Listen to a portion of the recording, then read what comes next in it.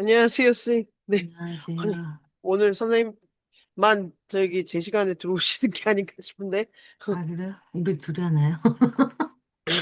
차츰차츰 오시겠죠? 그, 아, 예. 명절 잘 보내셨나요? 네네. 시간이 너무 빨리 가버려갖고, 벌써 2월 말이라니. 그러니까요. 그 중간에 명절이 껴있으니까 도 정신없이 지나가는 것 같습니다. 자, 우리가 지금 한 주를 쉬었기 때문에 아마 중간에 선생님 그좀 읽으셨죠? 아침 독서도 막 하고 그러시죠. 네, 그것도 일 때문에 연결된 거라 뭐 하여튼 공부한다고 하고 있고. 아침에 거의 매일 하시는 거 아니에요? 제가 봤을 때는. 아니, 그거는 일주일에 2번 있고, 이거 1번 있고, 그래서 일주일에 한 3번은 어쨌든 책을, 야, 그러니까 이걸 하는 이유가 제가 막 책을 좋아하고 공부를 엄청 좋아하는 게 아니라 도저히 안 아, 읽으니까. 이렇게라도 어떻게 네, 억지로라도 읽어보자 이런 거고 제가 요즘에 만나는 사람한테 이 책에 대한 얘기랑 네. 이 공부가 얼마나 재미있는지 막 사람들이 어머 그거 뭐 이끄시는 분이 누구야? 아, 아직도 모르니 너네는? 엄청 제가 홍보를 하고 있는데 감사합니다. 개인적으로 하여튼 이 책을 되게 잘 제가 음, 선택하고 네, 선택했다는 생각이 들더라고요. 공부할수록. 그렇죠. 네, 네. 사실 저도 이제 인공지능 관련해서 올해 이제 할 생각을 하면서 입문서로 딱 시작하는 책으로는 네. 이 책이 제일 좋겠다는 생각을 사실 했었고, 왜냐하면 이제 김성원 선생님이 이제 뭐 페이스북 친구 맺으셨죠? 네. 보시면 아시겠지만 계속해서 이 문제에 대해서 고민을 하고 계셔가지고 저렇게 진지한 사람이 쓴 책이면 너무 믿을만 하지 하고 이제 먼저 읽어봤는데 역시나 맞더라고요. 그리고 제가 따로 강의도 한번 초청을 해서 제가 기획을 할 수 있는 권한이 한번 생겨서 한번 모셔봤는데 확실히 이제 본인 전공에 맞춰서 세상을 읽어내는 능력이 좀 탁월하길래 어쨌든 인공지능에 대해서 지금 우리가 모르는 부분이 너무 많으니까 알아가자 하는 의미에서는 이게 딱 적당했다는 생각이 들었습니다. 그래서 우리가 지난번에 이제 1, 2, 3, 4장 다 읽고 5장 오늘 읽고 다음 주 한 번밖에 안 남았기 때문에 시간이 있으면 다음 주가 우리가 끝인가요? 예, 벌써? 다음 주가 끝이에요. 그래서 오늘 5장을 지난번에 중재자 뭐 그 부분 이제 좀 읽었기 때문에 한번 다시 기억이 안 날 거니까 좀 살짝 훑어보고 6장을 좀 들어가야 이제 마무리를 할 수가 있을 겁니다. 그래서 지난주에 약간 중재 그 부분을 중간에 딱 끊어버려가지고 그것만 가지고는 얘기하기가 좀 애매하다라는 이야기를 좀 했지만 그래도 또 우리 오전 선생님이 되게 많이 잘 선생님이 캐치를 잘 하시더라고요. 무슨 얘기인지 기억이 안 나는데. 제가 쉽게 딱 그런, 표현해 주시는 진짜요? 그 한 방이 있어갖고 도움이 너무 많이 되고 있습니다. 이게 저희 독서 모임에 오시는 분들이 대체적으로 그런 각자의 기술 스킬들을 잘 발휘를 해주시는 것 같아요. 좋습니다.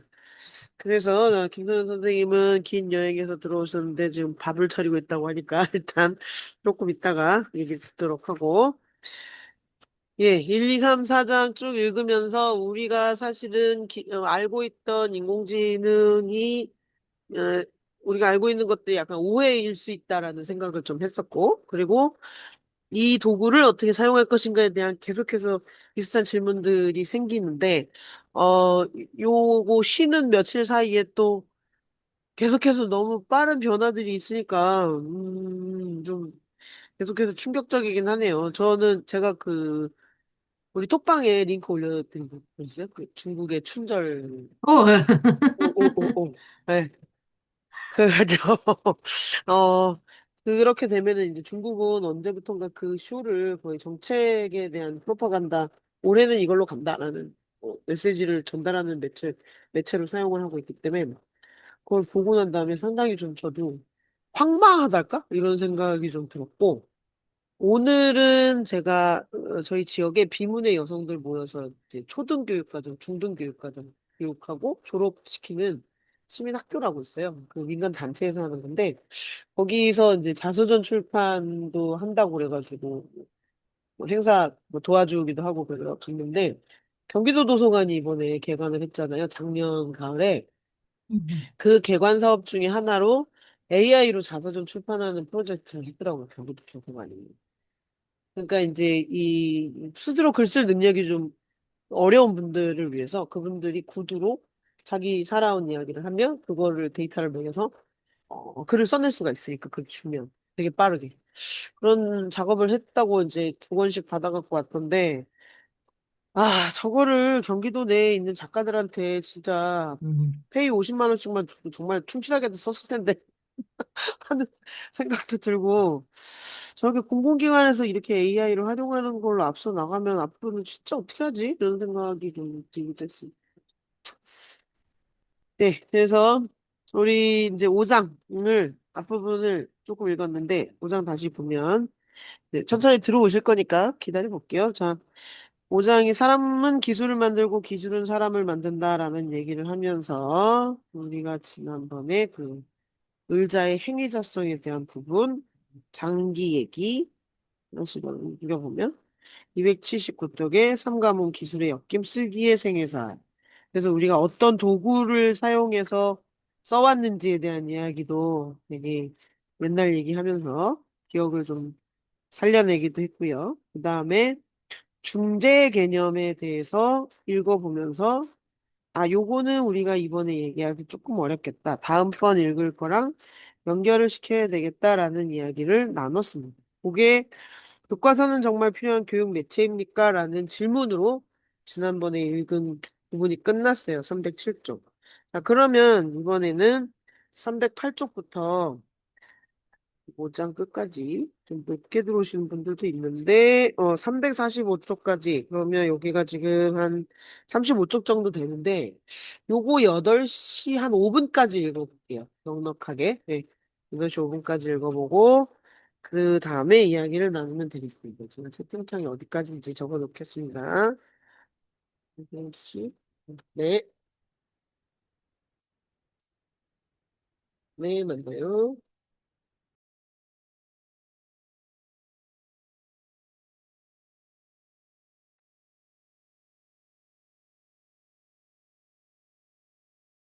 자, 8시 반인데요, 쌤들. 8시 반이래. 8시 5분입니다. 네. 우리, 네, 세란 선생님이 노트북 업데이트하고 있다고, 네, 업데이트 끝나면 들어온다고 하시네요.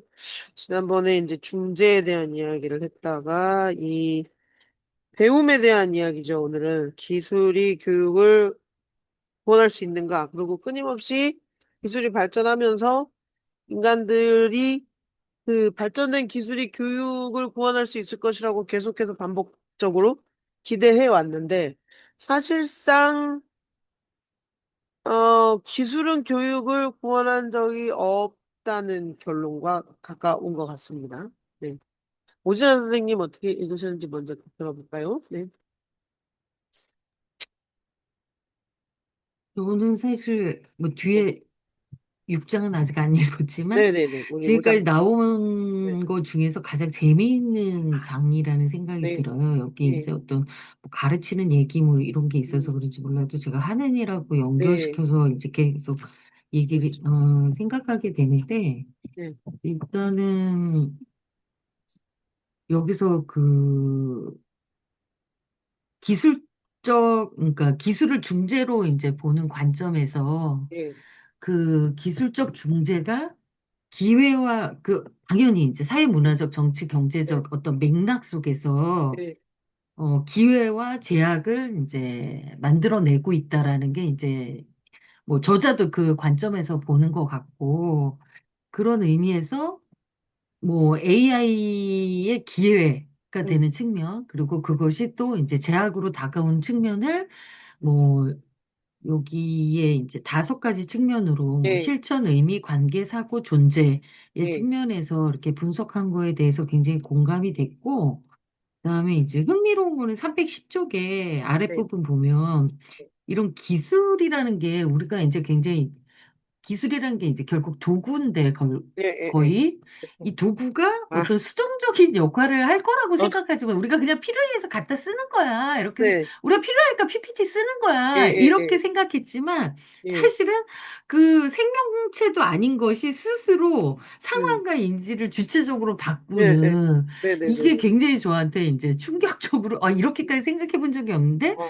실제로 PPT 중심의 수업에서 음. PPT를 도구로 교사는 갖고 왔지만 네. 그것을 받아들이는 학생의 어떤 인지나 사고 체계를 바꾸고 상황을 완전히 바꾸게 되는 얘가 이 수업에 집중하지 못하게 되고 나중에 보시 뭐 이러기도 하고 왜 저 선생님은 여기에 있는 말들을 다 설명하지 않지 뭐 어, 이런저런 이제 정말 수업의 본질과는 상관없는 이제 그 생각을 하게 되는 이 사례를 보면서, 기술이 그냥 그런 수동적인 역할에 머물지 않고 스스로 이제 상황과 인지를 바꾼다는 측면의 접근이 되게 재밌었고, 그다음에 313쪽에서 이거는 이제 뭐 가르치는 사람들은 거의 다 공감할 거라고 생각을 네. 하는데, 그래서 이제 그러면은 나는 그런 도구를 쓰고 있는 나는 나의 역할을 뭘로 규정할 음, 건가라고 했을 때 정보의 전달자가 아니라 스스로가 스토리텔러로서의 역할을 음, 가져야 한다라는 거에 저는 진짜 완전히 밑줄 별표 세 개인데 음, 이거는 이제 뭐 내가 지금 학생들과 같이 이야기 나눌 것들에 대한 뭐 나의 경험들을 녹여가지고 그 주제를 스토리텔링에서 전달한다는 그런 단순한 개념보다는 그것도 당연히 포함되고 그다음에 거기 앉아 있는 학생들의 또 경험들을 스토리텔러가 돼가지고 엮여주는 역할. 그래서 그리고 또 이 학생들이 각각의 고유함이 있지만 예를 들어서 중학교 1학년 남자아이들이다. 그럼 중학교 1학년 남자아이들 이 집단 안에서의 공통의 또 스토리가 있잖아요. 그래서 끊임없이 하나의 주제를 가지고 각자의 스토리들을 계속 교환하고 병합하고 하는 그런 스토리텔러로서의 자기 역할을 하지 않으면 안 된다라는 거를 이제 생각하게 됐고, 음, 그렇습니다. 일단. 네. 좋습니다. 자, 우리, 예, 김성현 선생님, 긴 여행 잘 다녀오신 것 같은데, 네. 네네네. 아유, 조금 태어나서 이렇게 어, 긴 여행을 가본 적은 처음이어가지고, 열흘 지나니까 너무 한국을 다시 오고 싶더라고요. 한국 음식 너무 그리워가지고, 여행은 딱 5박 6일, 일주일 안에 끝내는 게 제일 좋은 것 같아요.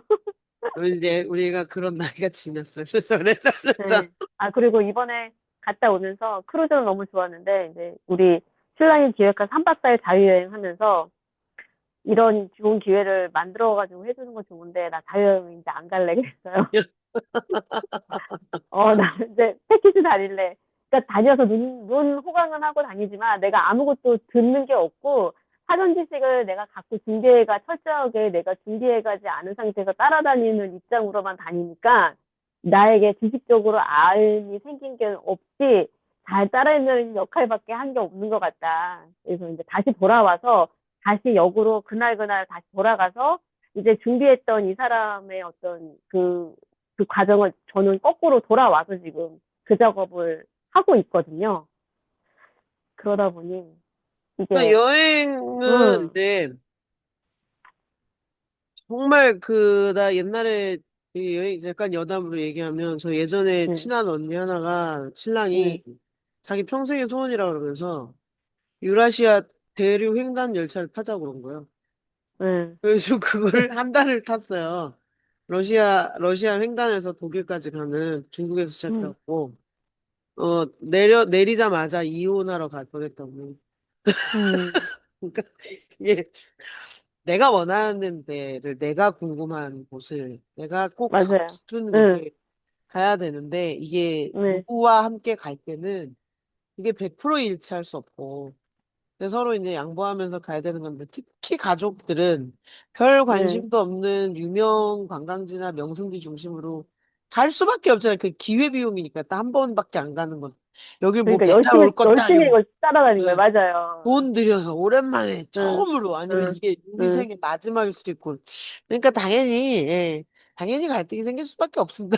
그거는 어쨌든 지금 뭐 말씀하신 부분 그 내가 주도적으로 하지 못했다는 생각이 든다는 얘기가 우리 읽는 네, 책하고도 약간 맥락이 비슷하지 네, 않나 하는 시사점이 있는 것 같고 자 네. 4장부터 못 읽으신 것 같다는데 성현쌤 오늘은 지금 조금 어떻게 좀 보셨어요? 막 부랴부랴 안 드셨을 것 같은데 네네네. 배트 네, 쪽부터 지금 그래도 읽으라고 한데, 네. 저기, 그래도 거의 3장,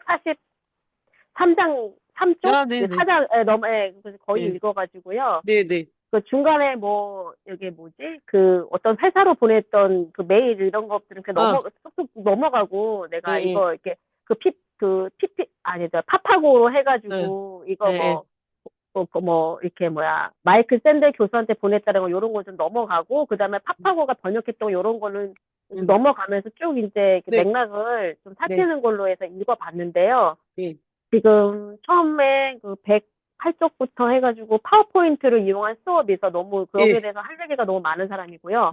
그 다음에, 예, 음, 저는 이제 그 참관 수업 같은 거 가가지고 부모 역할로서 봤을 때, 예, 예, 예, 이 기존에 나와 있는 유튜브 그런 거라든지 기존에 생성되어 있는 프로그램을 가지고 아이들을 수업을 진행하고 있는 게 이게 의미가 있나? 이런 생각을 많이 하면서 보기는 했었거든요, 음, 사실. 음, 그랬고, 그 다음에, 그러면서 이제 중학교 때 제가 봤던 카리스마 넘치는 한문 선생님이 생각이 났어요. 그분은 딱 오면 아무 생각 없이 칠판에다가 그날 배워야 되는 것들을 칠판에다가 한자를 천천히 이렇게 정자로 이렇게 다 쓰세요. 그것만 해도 수업의 거의 3분의 1을 잡아 먹으시는 분이. 그러면서 아이들이 뒤에서 웅성웅성 떠드는 소리를 다 들으면서 아무 얘기를 안 해서 칠판에다가 그거 15분 정도 되는 거를 쓱 쓰세요. 그러면서 이제 빨간 걸로 그 한자에 뭐 이제 혼, 예, 혼, 그거를 빨간색으로 딱 음, 이렇게 해주는 거예요. 그러면서 하는데 그 선생님이 한 줄 한 줄 써내려가는 그 필체라든지 이거를 보면서 혼자 느꼈던 것도 있거든요. 그 다음에 칠판에 그 분필로 그 선생님이 쓰시고 분필을 부러뜨리고 그다음에 그 음, 많은 과목 선생님들이 그 분필에다 쓰는 그 서체 있잖아요. 분필 그런 거 상품, 하나하나를 그렇죠, 그렇죠. 그런 거를 보면서도 그 안에서의 느껴지는 그 비언어적인 어떤 소통을 음, 통해서도 느껴 교육이 됐던 것이 저는 음, 음, 그것이 기억나지 그때 배웠던 내용이 기억나진 않잖아요, 우리가 음, 사실. 음, 그러면서 중간중간 교과서 밖의 얘기들, 개인사적인 얘기도 네, 중간중간에 그런 것들이 더 기억이 나잖아요. 네, 그게 바로 341쪽에 나와 있는 바로 체화라는 거 있잖아요. 음, 읽, 읽기, 쓰기, 그 다음에, 이런 모든 관점이라는 거는 꼭 읽고 쓰고 뿐만 아니라 사람과의 소통, 말이라는 거, 언어라는 거, 소통이라는 모든 것들은 그 체험하고 체득되고 체화되는 것에서 느껴지는 그 분위기를, 그 맥락을 우리가 스스로가 인지하고 감각적으로 받아들이는 것에서도 그게 이해가 된다라는 것이, 그러면서 문해력이라는 거, 이해력이라는 게 생기는 게 있는 것 같은데, 그게 기계가 대신해준다? 그게 저는 진짜 음, 좋은 것 같지는 않고요.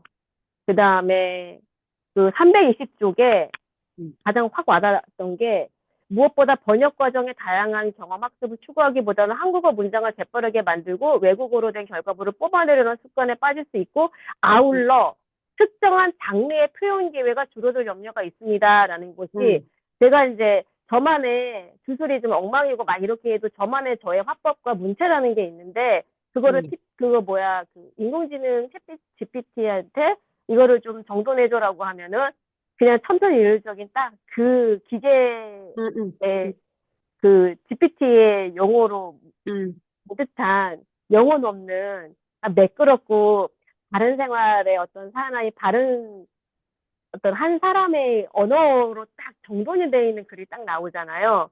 그러면 그 각 소설가들 작가들만의 그 문체라는 그 음, 온도가 있는데 그게 다 사라져 버리는 게 되는 거라서 그런 거면 인간도 모든 태어날 때부터 사람들마다 그 세팅된 값이 다 다른 인간의 감각을 갖고 있고 어떻게 보면 또 영적인 나름대로의 그 독특한 세계관을 가지고 있는 인간들이 있는 건데 사람을 다 기계화시키는 상황으로 만들어지는 세계가 되지 않나. 기계처럼 칩이 들어가 있고, 어떤 그 코드화된 암호가 인간에게 설정되어 있지 않았을 뿐이지, 이게 진짜 챗 GPT를 사용하면은 인간이 기계화되어가는 세상이 될 수밖에 없는 것 같은 생각이 저도 들고요. 그 다음에 아까 얘기했던 것처럼 그 중학교 칠판에다가 빼곡히 써고 쓰시다가 이렇게 부러뜨리고 가끔 하면 조는 아이들을 겨냥해가지고 분필 던지기도 하고. 일부러 부러뜨리고 던지고 이러는 그런 모든 수업 분위기들이 이렇게 파워포인트를 이용한 수업에서 맛볼 수 없는 그런 음, 그려지는 음. 그, 꿈에서 실현될 음, 듯한 이런 것들을 감각적인 거를 갖게 하잖아요. 음, 그런 것들로 인해서 내가 그 상황을 음. 기억하게 되는 것도 있는데, 저는 그런 게 요즘 아이들한테 없는 거 되게, 음. 예, 좀 아쉽고, 예, 맞아. 그게 이제 그 PPT를 사용한 수업에 대해서는 우리 이제 또 학교에 계신 세란쌤이 계시니까, 그 얘기를 조금 세란쌤이 응답을 해주셨죠. 우리 그 어느 순간부터 PPT를 사용하는 게 되게 당연해졌잖아. 교수법에 있어서. 네. 음, 원래는, PPT를 사용하는 게 진짜 당연해졌죠. 음, 엄, 학교에서 그렇게 하라고 해요. 응, 아니죠. 응. 완전 학교에서 하라고 하진 않죠. 학교에서 하라고 하진 않고, 그 교육부에서 그런 식으로 계속 지침이 어떤 약간 장려하는 쪽으로. 근데 뭐 꼭 굳이 콕 집어서 어떤 그런, 어, 특정 어떤 뭐 교육 기자재라던가 뭐 그런 걸 얘기하는 건 아니지만, 음, 그런 건 있죠. 이제 PPT를, 글쎄요. 그러니까 PPT를 사용하는 걸 장려한다라기보다도 그게 너무 자연스러운 분위기가 됐고, 음, PPT를 잘 음, 구성하고 짜는 게 수업 준비인 것처럼 되어버리는, 그게 수업 준비에 굉장히 많은 시간을 할애하거든요.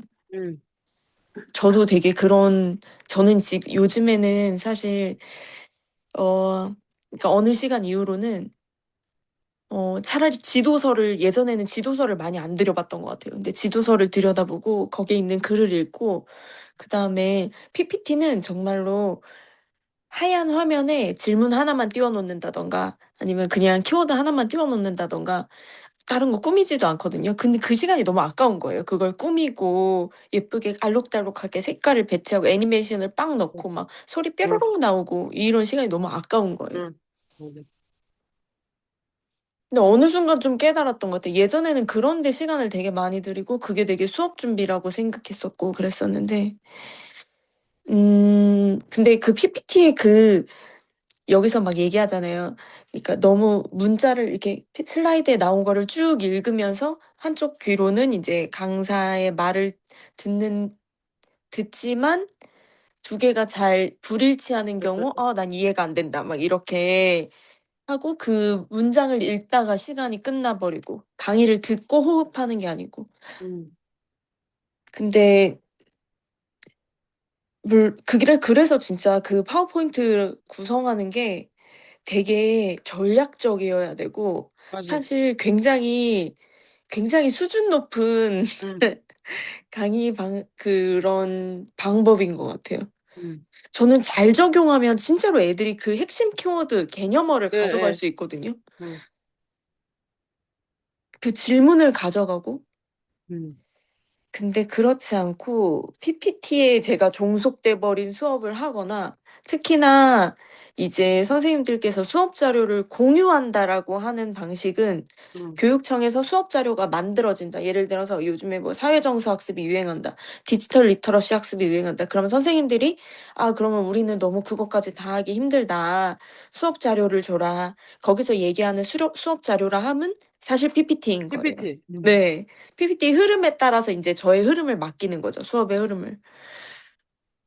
근데 그러면 진짜로 제가 생각해서 그 다음 슬라이드는 뭐 하지? 그 다음 슬라이드는 무슨 이미지를 넣지를 구성한 슬라이드가 아니고 그렇게 주어진 슬라이드는 진짜 제 수업이 되지 못하거든요. 그렇게 설령 받는다고 하더라도 하나하나 다 제 생각에 맞게 재구성을 새로 하고 새로 재조직을 해야 그나마 수업이 이끌어지지. 그냥 PPT, 딱 주어진 PPT. 이거는 좋은 수업을 잘 만들지는 못하는 것 같아요. 네, 매우 동의합니다. 자, 그러면 우리 태란 쌤은 이번 지금 책 어느 정도 좀 보셨나요? 아, 어떻게 사실 노트북이 그거죠? 고장나가지고, 네, 적극을 관심이 하셨어. 네, 네, 좋아요. PPT 이야기만으로도 충분합니다. 이제 PPT 이야기가 나와서 조금 더 해보면, 어느 순간부터 PPT를 사용하는 게 당연해졌다. 그러니까 제가 초중고등학교 수업을 시작한 게 2013년부터인데, 그때만 해도 그렇게 PPT가 당연하진 않았어요. 근데 16년 정도부터는 당연해졌던 걸로 저는 기억을 하고, 그때부터 선생님들이 화면에 아이스크림이라는 회사에서 교구제 이렇게 PPT 만들어갖고 뿌리는 거, 그리고 활용하는 선생님들이 상당히 많이 늘어났고, 그리고 어떤 선생님은 아이들한테 이제 과업을 주잖아요. 요거 지금 이 시간에 하자. 그러면 여기다가 초시계를 돌리고 있는 거, 화면에. 저는 사실 그걸 보고 되게 소름 끼쳤었거든요. 초등학교인데 이렇게 60초짜리 뭐 180초짜리를 띄워놓고 애들이 계속 그걸 보면서 막 긴장하면서 뭔가를 그 과정을 하는 거예요. 그러니까 저는 교육을 할 때 이렇게 똑같은 과제를 주더라도 다른 방식으로 아이들이 풀어내는 것도 상당히 재미있고 의미 있다고 봤고, 그리고 시간 내에 하는 아이와 시간 내에 못하는 아이들이 분명히 있는데, 그랬을 때 그 못하는 아이들이 있어야 내가 수업의 수위를 조절할 수 있어서 다 못하면 억지로 하지 않는 게 나는 교육이라고 생각을 했지만, 저는 그 아이들과 365일 같이 있는 사람이 아니니까, 그냥 이제 제 수업에서만 제가 잠깐 들어가는 1시간, 2시간짜리 수업에서 뭐 그런 걸 요구할 수는 없고, 어쨌든 저는 그런 방식을 사용했는데, 이 매일 수업을 진행해야 하는 선생님들은 또 나름대로 진도를 빼야 되는 고충이 있는 거예요. 그리고 어느 순간부터는 PPT를 사용하지 않고 선생님이 판서를 하거나 이러면 학부모들의 항의가 들어오기 시작했어요. 왜 정해진 것을 가르치지 않고 네 멋대로 가르치냐? 네가 뭔데? 진짜 솔직히 말하면. 당신 뭐 그렇게 전문가야? 이제 이런 거예요. 나는 어느 순간부터 학부모들의 그 교육 수준이 높아졌달까? 그러니까 과천 같은데 우리가 흔하게 과천이나 목동 이런 데 얘기하는데 시험을 보고 나면 학교가 민원 전화가 들어오는데 시험 문제 가지고 이번에 과학 시험에서 문제에 오류가 있는데 선생님 알고 계시냐? 내가 어디 어디에서 박사를 했고 지금 어디 어디 근무 중이다. 내가 전공자다. 이런 학부모들의 이제 민원이 제기가 되는 거죠. 수학이나 영어나 이런 것들도 사실은 오지선다로 딱 떨어지기 어려운 또는 이제 문제에 오류가 있을 수 있잖아요. 사람이 낸 거니까. 근데 이제 그런 문제들이 발생했을 때 항의들이 들어오고 하니까 이제 어느 순간부터 선생님들도 그런 민원이 좀 많이 발생하는 데는 공통의 매뉴얼을 만들어서 일단 그걸 돌리고 그리고 자기가 자율적으로 하고 싶은 수업들은 아예 거기에 기록을 남기지 않는 정도의 수업을 하거나 뭐 그런 경향도 사실 좀 있었어요. 그런데 여기 이제 이 책에 나오는 그 PPT에 매몰되는 현상들은 제가 성인 수업하면 진짜 많이 느끼거든요. 다들 사진 찍느냐고 정신이 없어요. 그래서 제가 드릴 테니까 찍지 마시라고 그래요. 그리고 저는 원래 PPT에 글자를 많이 안 넣는 편이에요. 최대한 도표화하거나 시각화 그래프로 만들거나 아니면 사진만 한 장 박아놓거나 이런 식인데 어느 순간부터 이제 외부 강사에게 선제출을 요구하는 기관들이 늘어났어요. 그 강의를 검열하겠다는 거지. 그래서 최근에도 이제 선제출을 하나 했더니 이런 내용 하면 안 된다. 전면 수정해달라. 그래서 주말 명절 연휴 첫날 그거 전면 수정하느라고 나가고 출근을 했었습니다. 자기도 출근하겠다고 기다리겠다고. 그래서 그러니까 이게 이제 기술이 그 사람을 뛰어넘고 그러니까 잡아삼키는 가장 대표적인 게 이제 PPT였는데 이것이 이제 우리의 교육 안으로 들어왔을 때 아까 성현쌤 얘기하신 분필이나 그 판서의 스킬 같은 걸 생각해 보면 그 말씀을 들으면서 저는 그런 생각을 했습니다. 나는 교사들한테 뭘 배운 걸까? 저는 고등학교 때 학교 선생님들의 영향을 엄청 많이 받은 사람이거든요. 이게 저희 학교가 정교조 일어났다는 이유로 저희 학교 재단에서 학원 법인에서 엄청 박해받은, 그러니까 중학교 여상 여고가 있는데 우리가 여고인데 여기서 정교조가 먼저 일어났으니까 모든 혜택을 다 치워버렸었어요. 우리만. 여중과 여상은 어떤 혜택을 주고 우리만 혜택을 안 주는 거지. 그리고 이제 교사들도 다 잘라버리고 뭐 대학원생을 대거 영입해갖고, 그러니까 쉽게 말하면 무자격인데 교원 자격증이 없는 대학원생들이 죄다 들어가갖고 우리 학교 선생이 돼버린 거예요. 그러다 보니까 학교 분위기가 진짜 재밌었어요. 그때 90년대 초반에 대학원생이라 하면 그냥 다 운동권이에요. 그러니까 운동권을 안 할 수 없는 인간들이 이제 우리 학교에 들어왔으니 오히려 학원장 입장에서는 자기가 불순분자들 내보내고 순수하게 공부하는 애들 들어왔다 생각했는데 그게 아니었던 거예요. 사회적 분위기가. 그래서 저는 나중에 제가 이제 뭐 운동권도 아니었는데 시민사회 일하는 걸 보고 주변의 선배들이 어떻게 그런 생각을 가지게 됐느냐라고 질문을 하면 저는 가만히 생각하다가 고등학교 때 영향인 것 같다라고 대답을 하거든요. 저는 학교 때, 선생님들은 어때요? 교사한테 뭘 배운 것 같으세요?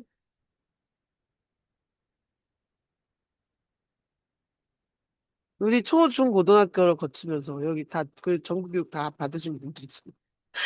우리는 인간에게 학교 내 앞에 서서 말 안 하고 30분 동안 판서하는 교사를 포함해 혼자 1시간 동안 떠들다가 나가는 선생, 두들겨 패는 선생, 너는 정말, 저 사람은 앞으로 이 험난한 세상 어떻게 살아가나 싶을 정도로 맹하던 선생, 되게 다양한 교사들이 있었는데, 우리는 그들에게서 무엇을 배운 걸까?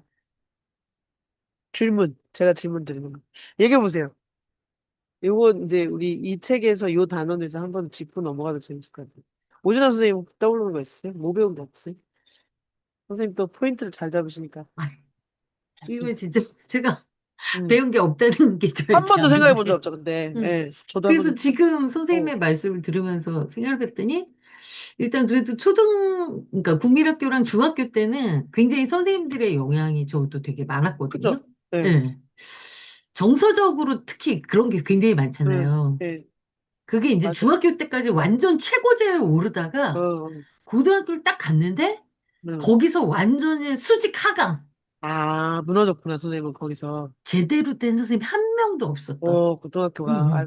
응. 다 정말 체벌과 완전 음, 권위주의와 뭐 다 아니면 암기와 이런 거였기 음, 때문에 그래서 제가 이제 그때부터 삐뚤어 나가가지고 공부를 제대로 안 했던 것 같아요. 그래서 공부에 완전 흥미를 잃게 돼. 어, 음, 그러니까 되게 싫었겠네요. 음, 자, 그러면 초등학교, 중학교를 거쳐서 이제 정서적이고 나를 인간으로서 대우해주고 인정받는 그런 정서적인 도움을 되게 많이 받은 거죠. 그런 거 배운 네, 거네요, 진아쌤은. 음. 성현쌤은 어떠세요? 아까 한문 선생님 포함해서 학교 다니면서 교사들에게 나는 음, 것들이 좋았을까요? 저는 어떤 태도? 태도. 사람으로서의 태도 음, 이런 것들을 좀 받았던 것 음, 같고요. 음, 그다음에 이제 과목 선생님보다 저는 음, 고등학교 들어가면 저는 동아리 활동이 음, 괜찮았어요. 그래서 저는 음, 처음에 이제 무용을 듣기 시작하기 전에는 음. 저기 국악반에 들어갔었거든요. 가야금을 고등학교 때, 국악. 국악. 이런 어, 예체능이구나. 거기, 그러니까 음악 응, 선생님, 그 음, 선생님이 음, 또 무용을 하는 데 있어서도 음, 어떤 기회라 이런 거 해보라고 알려주시기도 했었고, 예, 진로. 예. 네네. 진로 쪽에도. 그 다음에 고등학교 2학년 담임 선생님, 1학년 때 지구과학 선생님 했던 분이 이제 2학년 때 담임이 됐었는데 음, 학기 초에 이런 것들을 얘기를 하잖아요. 음, 그런데 저는 제가 몰랐던 어떤 저의 모습 속에서 그 선생님이 너는 지금보다 더 이렇게 멋지게 뭐 할 수 있을 것 같은데 자꾸 성적에 주눅 들어가지고 길을 못 펴고 있는 것 같고 하는데 네가 정말 하고 싶은 게 뭐니 이런 걸 물어봤었어요. 어, 어, 저도 어. 몰랐던 저의 어떤 제가 아, 감추고 뒤늦게 사춘기가 와가지고 이렇게 찌그러져 있는 저의 모습을 보면서 그 선생님들이 먼저 이렇게 얘기해 주는 걸로 저는 좋은 선생님을 좀 만났던 편이었던 것 같아요. 그러네. 그 자, 다음에 또, 네. 그다음에 고등학교 때 지금으로 치자면 철학, 뭐 심리학, 정신분석과 관련된 것도 우리는 윤리라는 과목을 통해서 예, 그런 걸 맞아요. 윤리에서 했죠. 했잖아요. 윤리가 철학 저는 그 과목이. 시간을 너무 좋아했었거든요. 근데 음, 윤리 선생님 되게 좋아해서 그 시간에 애들 다 엎어서 자거나 음, 거나 학원 숙제할 때 저는 혼자서 거의 맨투맨으로 선생님하고 눈 마주치면서 이렇게 거의 끄떡끄떡 하면서 음, 듣고, 네. 음, 그때의 영감, 그때 받았던 이게 너무 좋아서 지금도 뭐 철학 쪽에 이런 독서 모임 이런 것들을 계속 연이어서 하고 있거든요. 아마 원래, 무용을 안 했다면 그쪽으로 아마, 그렇지. 근데 우리 때만 해도 어떤 진로 탐색이나 지금 아이들처럼 이런 것들을 없었기 때문에 이런 내가 과를, 저기를 선택을 하면은 사회에 나와서 어떠한 과정으로 해서 사회에 어떤 역할을 하고, 어떤 포지션을 갖게 된다는 걸 전혀 모르기 때문에 이제 사전 지식이 없으니까 그냥 알고 있는 거를 자꾸 선택을 해서 뭐 의사, 검사, 판사, 변호사 뭐 이런 것들 있잖아요. 사자 들어가는 뭐 약자 뭐 이런 거 아닌 이상 선생님, 여자들은 뭐 교사, 공무원 뭐 딱 큰 맥락이 이런 것들밖에 알고 있는 게 없으니까 되게 어쨌든 선생님은 이제 철학이나 예술이나 사실 같은 맥락이 네, 그런 쪽에 관심이 있었고, 그러니까는 네네네, 나를 발견해주는 사람이었던 거니, 교사가. 네네네, 네. 자, 맞아요. 그런 역할. 좋아요. 그 자, 응, 아까 말씀하셨던 것처럼 우리는 큰애하고 둘째하고 10년 터울의 아이를 응. 제가 키우고 있잖아요. 진짜 큰애 때는 PPT 이런 것을 없어서 탄소 관련된 판서가 수업을 남아 듣는, 있었어요, 그때만 해도. 네. 근데, 정말 둘째 애 키우면서는 대부분 막 부모 참여 수업, 상관 수업 가면 다 PPT를 그렇지. 사용하시는데, 화려하게 이렇게. 네, 네. 그렇게 근데 됐죠. 저학년 때는 좋을 것 같긴 하지만, 계속 이런 식이면 이거는 아닌 것 음, 같은데라는 생각을 좀 했었던 것 같아요. 네, 좋습니다. 자, 세란 쌤은 어떠세요?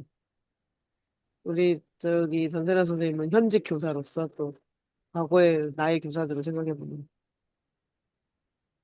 저는 음. 불행히도 없습니다. 심심한 근데 위로의 이제 말씀을. 정말 많이 들었는데 그런 질문. 근데 아, 정말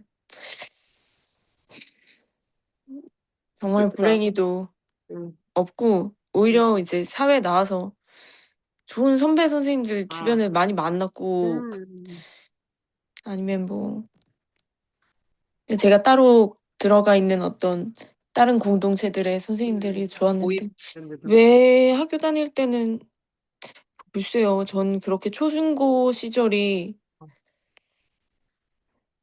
별로. 잘 좋은 기억으로 남아있진 않는 것 같아요. 좋은 기억이라기보다도 진짜 잘 기억도 안 나고 제가 볼 땐 딱히 뭐, 네, 제가 공부만 하던 사람이라서 어, 그랬을지도 몰라요. 인상적인 게 없, 별로 사고 치지 않았으니까 교사와의 그렇지. 그런 상호작용이 없었을 수도 있고. 네, 그렇지. 그, 드문드문 기억나는 건 어떤 음, 삐뚤어진 선생님들, 제가 모범생이니까 어, 삐뚤어진 선생님들의 어떤 그런 반응들? 저 그런 게 되게 저한테 희열을 줬던 것 같아요. 예를 들어 어떤 거예요? 삐뚤어진 교사라 하면? 그러니까 뭐 저는 사립 여자고등학교를 응, 나왔는데 자기 응. 재단을 이제 은근슬쩍 깐다던가 아, 그러니까 응, 그런 응, 응. 근데 이게 단골들. 자유롭게 막 얘기하진 못하고 그런 부조리한 것들을 응, 은근슬쩍 네, 까는 네. 그 선생님들한테 좀 저는 매력을 느꼈어요. 아, 맞아요. 저도 그, 고등학교는 사립 미션 스쿨, 기독교 재단이었어가지고. 그, 저는 지금 생각해보니까 아까 말씀 나누면서 삶에 대한 태도를 배운 것 같아요, 저는. 그러니까 그게 꼭 배울 만한 가치가 있어서라기보다도 음, 영향을 받았다는 거죠. 근데 음, 그나마 음, 그때는 개인보다 공동체가 중요했고, 그리고 우리 학교가 이제 영광여고 나왔거든요. 너희는 세상의 빛과 소금이 되라는 거고, 말도 안 되는 소리를 우리가 어떻게 세상의 빛과 소금이 됩니까? 라고 얘기를 했지만, 어쨌든 나가서 쓸모 있는 인간이 되라라는 그런 교육을 계속해서 받아왔는데, 그나마 여학교라서, 엊그저께도 이제 진명여고 출신하고 얘기를 하는데, 거기는 진짜 한복 입고 나와서 다도교시라고 이런 거 했었대요. 저랑 동갑인데. 그러니까 여성은 이제 가부장제 내에서 현모양처가 되는 여성을 키워내는 게 그 학교의 모토였고 우리 학교 같은 경우는 그 정반대였어요. 그 똑같이 공부하면 너희도 나가서 남자애들을 이길 수 있고, 그래서 우리는 1학년 때 진로 이렇게 이 문과반, 이과반 나눌 때 교장이 이과 가라고 엄청 강조를 해갖고, 앞으로 여성이 살 길은 이과밖에 없다. 이 바보 같은 것들아, 니네 문과 가봐서 취업도 안 되고 막 이래가지고 저희가 이과반을 생각보다 많이 다른 여학교에 비해서 조금 늘렸던 기억이 있고, 그리고 저희는 예체능반도 따로 해서 얘네들은 더 일찍 들어가고 레슨 받으러 가고 이런 거에 대해서 아예 별도 관리를 해서, 그러니까 좀 자유로운 분위기였죠. 학교 자체는 이제 미션 스쿨이다 그렇긴 했지만. 그래서 그때 교사들이 어떤 삶에 대한 태도, 어, 이 새끼들아, 니네가 기운이 있고, 니네가 힘이 있어야 다른 사람을 돕는 거야. 이런 얘기 하면서 교사가 있었고. 그리고 세상은 정반합의 원리에 의해서 점진적으로 진보한다. 이런 얘기하는 선생이 있었고. 그래서 세상을 바라보는 시선을 계속 그래서 배웠던 것 같아요. 그리고 6학년 때, 초등학교 때도 그랬고, 그러니까 정교조가 태동할 때의 학창 시절을 보낸 거, 그리고 정교조가 태동하기 되게 좋은 환경의 지역에서 제가 자란 거.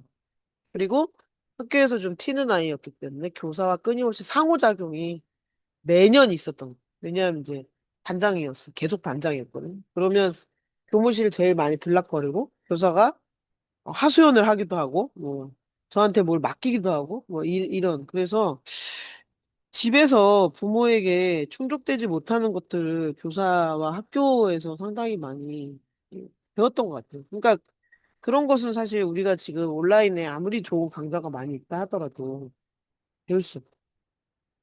그래서 여기서 얘기하는 이 기술이 교육을 구원하는가에 대해서 여기 이 선생님도 이 저자가 그런 교육 프로그램 운영하는 회사 다녔었다고 하잖아요. 그래서 그런 것처럼 무크라고 중간에 나오는데 여기 336쪽에 무크 매시브 오픈 온라인 코스 이게 처음에 이제 하버드에서 나오고 스탠포드에서 나오면서 막 엄청 붐이 일어났었죠. 누구나 들을 수 있다. 공짜다. 지금도 그대로 공짜예요. 그런데 이거는 그냥 이렇게 계속 낭독해 주는 거라 정말 자기 주도 학습이 너무너무 끝내주게 되는 사람 아니면 이거는 코스를 소화할 수가 없어요. 그러니까 우리 쉽게 그냥 2020년에 전 학생들이 모든 학교가 온라인 수업으로 전환했을 때를 생각하시면 될 거예요. 그때 교육 격차가 왜 벌어졌느냐. 그 집에서 자기 주도도 학습하고 EBS 보라고 그러는데 제가 이제 그때 우리 애가 중학생이었으니까 너무 기가 찬 거죠. 저거는 못 배운 한 해 서러워서 방송대학교 들어간 사람들도 해내지 못하는 일이에요. 근데 저거를 초등학생한테, 중학생한테 하라고? 그 불가능한 일이잖아요.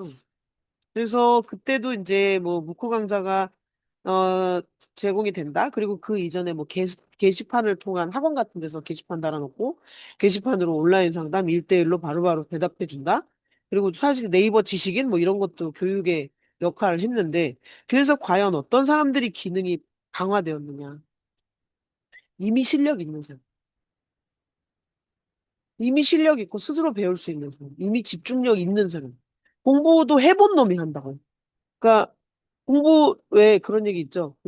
도대체 학벌을 왜 인정해 주는 거야? 라고 보면 서울대 나온 놈들은 좀 다르지. 대학을 나온 애들은 좀 다르지. 뭐가 달라? 다 놀고 싶었지만 참고 했으니까. 그 태도가 다른 거죠. 교사들의 특징 중에 하나가 여기 세란 선생님 계시지만 제가 다른 데 가서 저는 이제 학교랑 일을 많이 했으니까 교사들의 완전 종특. 정말 공부 열심히 한다. 진짜 빨리 배운다. 그게 교사들의 특징이에요. 계속해서 공부를 하고 있으니까. 그리고 공부를 잘해서 교사가 됐거든요. 다른 어떤 직군도 그 정도는 아니에요. 근데 공부해본 사람은 금방 해요. 다른 거 해도. 대학을 만약에 이제 학부를 2개 정도 나온 사람이다. 그러면 편입하면 또 그냥 뚝딱 해요. 평점 한 3.5 정도 유지하면서. 근데 고등학교를 자기가 완료를 못했다. 이런 사람은 정말 힘들죠. 그 온라인에 이렇게 공짜 강좌 눌려 있으면 뭐예요? 다 쇼츠나 보고 안 되는데. 네, 그런 얘기입니다. 이 얘기가 여기가 그쵸? 그래서 이제 요 장에서는 자본주의가 세련된 형태로 우리의 이것을 두족을 바라보고 있는데 이제 일단은 지금 이제 그나마 생성형 인공지능이 나타나면서 우리가 자연어로 자연어로 소통을 하게 되었다. 예, 교사들의 특징 이제 공부는 하는데 생각은 잘 안 못한다. 그것도 특징이라고 저 생각을 하고 있습니다. 그러니까 이제 이걸 뛰어넘지는 잘 못하시다. 요거 여기부터 여기까지 하세요는 해. 근데 이게 왜 이렇죠라는 질문을 잘못죠. 이걸 왜 해야 돼요? 왜 국가가 이런 식으로 교육을 끌고 가요? 이런 질문. 그러니까 아까 얘기하신 반골 스타일의 그 부조리함에 대해서 던지는 질문들을 대체적으로 안 하는 그런 풍토가 있긴 해요. 네. 매우 안타까운 면이긴 합니다. 그래서 어쨌든 네 공부를 성적이 잘 나와야 또 학교에 갈 수가 있기 때문에 그런 특징들이 있는 것 같아요. 스스로 어떤 뭐랄까 건방진 질문이라고 얘기하는 시스템을 건드리는 질문들은 하지 않는 것으로 스스로를 계속 정돈해 왔기 때문일 수도 있겠지. 그래서 여기서는 이제 우리가 그나마 이제 자연어로 인공지능과 소통을 하게 되었다라는 이야기로 끝이 났습니다. 주희쌤 오셨네요. 네. 네, 화요일마다 또 일이 생기신다고 그래서. 자, 손희 선생님은 아직 이동 중이시고. 자, 그래서 우리 6장으로 이제 넘어가겠습니다. 비판적 메타 리터러시 혹은 읽기 쓰기의 미래. 349쪽부터. 일단은 읽어볼까요? 이거를 우리가 6장을 지금 한 번에 다 읽지는 못할 것 같고, 어디만큼, 9시, 우리 이렇게 해볼게요. 이번에는 9시 20분까지 읽는데, 읽어보고 어디까지 읽었는지 얘기를 해봅시다. 거기서 자르는 걸로. 네. 9시 20분까지 6장의 남은 부분 되는 데까지 읽어보겠습니다. 네. 자, 그 네. 하나 씨가 얘기하셨던 그 다도 배우는 거 있잖아요. 그 중학교 때 저는 했었거든요. 그 사립중학교였는데, 음. 그리고 아까 기억에 남는 선생님 중에 또 한 분이 그 부분은 정확히 이름까지 기억하고 있는 나호성 선생님이라고 사회 선생님인데요. 그 부분이 우리나라 사회감 역사를 가리키는데 중학교 때 그분이 우리나라 사람이 아니고요. 그 국적은 잘 기억이 안 나지만 독일 쪽이었던 것 같아요. 한국 여성하고 결혼을 한 국적이 다른 나라 사람인데 우리나라 사회인데 우리나라 역사를 다른 관점으로 쭉 얘기를 해주면서 아, 그 역사라는 외국인이, 과목이 예 아, 외- 외국인이었어요. 예, 한국어는 잘하고? 예 한국어를 잘해요. 그러니까 아마 부모 중에 한 분이 한국 분이었나 그런 식으로 해서 약간 우리나라 말로 튀기 그런 분이었거든요. 혼혈이었다. 예, 그러면은, 헌혈. 예, 예, 예. 아, 그럼 뭐, 그런데 그분이 역사를 얘기해주는 부분이 굉장히 독특했던 거죠. 그분의 어떤 우리나라 역사를 얘기해주는 부분. 그래서 약간 비판적인 것도 얘기를 하면서도 우리는 이런 식으로 너가 뭐, 이렇게 약간 발음도 살짝 이상해요. 그런데 우리나라 역사를 얘기를 하면서 너네들 만화로 역사책이나 뭐 이런 거 보면은 이게 뭐야. 그 위인전 보면 이렇게 나와 있잖아. 그거 아니거든. 막 이러면서 얘기를 굉장히 해줘요. 그러니까 책에 나와 있는 사립이었어요? 다른 얘기를, 사립 학교였어요. 예. 왜냐면 그런 그 인용이 역사 쪽으로는 인용이 잘 안 될 가능성이 있는데 사립이니까 그런 가능성이. 근데 되게 독특하셨어요. 좋은, 좋은, 노골적으로 하지 않으면서, 그래서 재밌게 그거를 들었던 기억이 나요. 흥미로운 특별한 예, 경험이 있으셨네요. 네, 네, 좋습니다. 맞아요. 네, 9시 20분까지 볼게요. 네.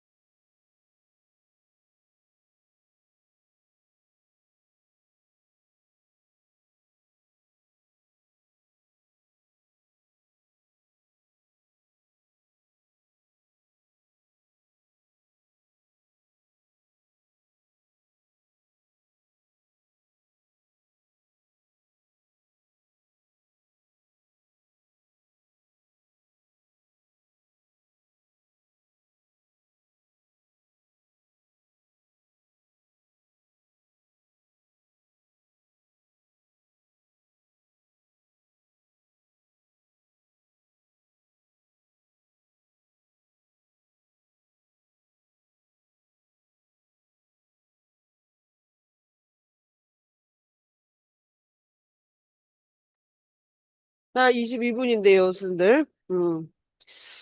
뭐, 어, 다음 주에 한 시간이 더 남았지만, 어느 정도 읽으셨는지, 여기는 이제 전체적인, 이제 좀 마무리를 하는 장이니까, 각자 읽으신 부분이 좀 다를 것 같기도 한데,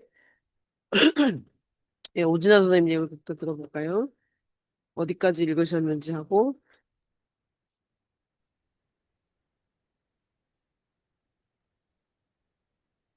저는 403초까지밖에 못 네, 읽었는데, 예, 어, 일단 가장 흥미로웠던 거는 예, 여기에서 인공지능과 함께 읽고 쓰는 여러 가지 실천의 가능성을 이제 8가지 측면에서 제안을 했는데, 네, 뭐 어떤 거는 동의가 되고 어떤 건 좀, 예를 음, 들어서 뭐 학생들 각자가 쓴 거를 이렇게 AI를 통해 가지고 이렇게 쓴 뭐 이런 걸 할 수 있다 그러는데, 그게 과연 이제 집단 협업으로서 그런가?